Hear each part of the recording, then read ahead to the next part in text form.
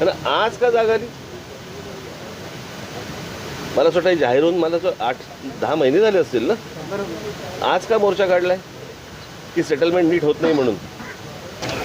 तर धारावीमध्ये मोठा redevelopment project चालू आहे. परवाच्या दिवशी मोठं आंदोलन करण्यात आलेलं आहे उद्धव ठाकरे आणि महाविकास आघाडीच्या वतीनं. एकूणच या प्रकल्पाबद्दल आपली काय प्रतिक्रिया? एक मोठा प्रकल्प मुंबईमध्ये येतोय, तो मुळात परस्पर अदानीला का दिला इथपासून सगळी सुरुवात होते, कळलं का? आणि अदानींकडे असं काय आहे की ज्याच्यामध्ये विमानतळ पण तेच हाताळू शकतात, कोळसा पण तेच हाताळू शकतात, बाकीच्याही गोष्टी तेच हाताळू शकतात.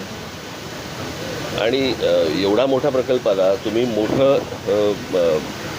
सगळ्या म्हणजे जेवढ्या टाटांपासून अनेक लोक या कंपन्या आहेत त्यांच्याकडनं तुम्ही टेंडर्स मागवायला पाहिजे होती, डिझाईन मागून घ्यायला पाहिजे होतं, तिकडे नेमकं काय होणार आहे कळायला पाहिजे होतं, पण ते झालं नाही. मला फक्त प्रश्न एवढाच आहे की या सगळ्या गोष्टीमध्ये आमच्या तिकडच्या पदाधिकाऱ्यांच्या आमची बोलणी झाली होती या सगळ्या संदर्भामध्ये. आणि अदानी ग्रुपचे कोणीतरी एक जण आहेत त्यांनाही म्हटलं मला पहिलं डिझाईन तुमच्याकडनं मला दाखवा, हेही झालं होतं.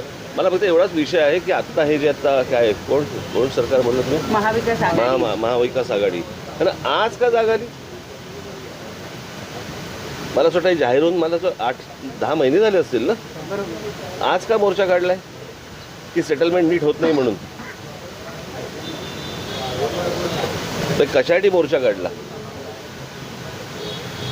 पण मग एकूण या प्रकल्पाला तुमचं समर्थन आहे, विरोध आहे? मी तुम्हाला आठवत असेल त्या BTT चाळीच्या इकडे पण मी जेव्हा गेलो होतो त्यावेळेला तिथे विचारलं होतं की त्याला एक ओपन स्पेस लागते. एक केवढा मोठा भाग आहे तो, ह्याला एक ओपन स्पेस लागते. तिकडे किती शाळा होणार आहेत, काय कॉलेजेस होणार आहेत, कसे रस्ते होणार आहेत, तिथे इमारतीमध्ये राहणारी माणसं किती आहेत, किती इमारती होणार आहेत, कोणकोणत्या इन्स्टिट्यूट्स येणार आहेत, सगळ्याचा एक तुम्हाला टाउन प्लॅनिंग नावाची काहीतरी गोष्ट सांगावी लागते की नाही? ते एक एरिया भाग घ्यायचा आणि त्यावेळेस सांगायचा हा अदानीला देऊन टाकला, असं थोडी असतं.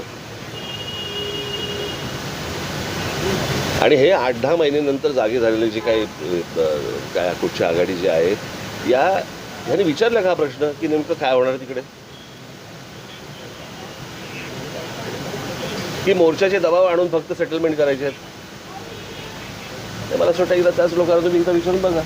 तर राज्यात आणखी एक महत्त्वाचा मुद्दा येत्या काळामध्ये मराठा. मी इथे वरती काय झालं हे सांगू शकतो आता, कळलं का?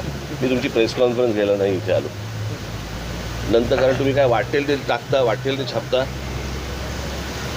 परवा दिवशी माझी काय बायको काय बोलली त्यातलं पुढचं पहिलंच वाक्य घेतलं, पुढचं वाक्य घेतलंच नाही, कारण ते तुमच्या फायद्याचं होतं. असो, आत्ता आमची वरती बैठक झाली लोकसभेच्या निवडणुकांच्या संदर्भामध्ये आणि कोणकोणते मतदारसंघ लढवावेत, न लढवावेत, कसे लढवावेत, काय काय मुद्दे असावेत याच्यावरती आमची इतका सखोल चर्चा झाली. आणि त्याच्यानंतर आता जेव्हा पुढल्या वर्षी जेव्हा निवडणुका जाहीर होतील त्यावेळेला त्यातले कोणते कोणते मतदारसंघ लढवायचे ते तुमच्यासमोर जाहीर केलं जाईल. तर महानगरपालिकेच्या निवडणुकांचं पण 2025ला होतील. कारण सध्या निवडणूक आयोग, कायदा असं काही नाहीच आहेत सध्या. त्याच्यामुळे ते गोविंदाचं गाणं होतं ना, मेरी मर्जी.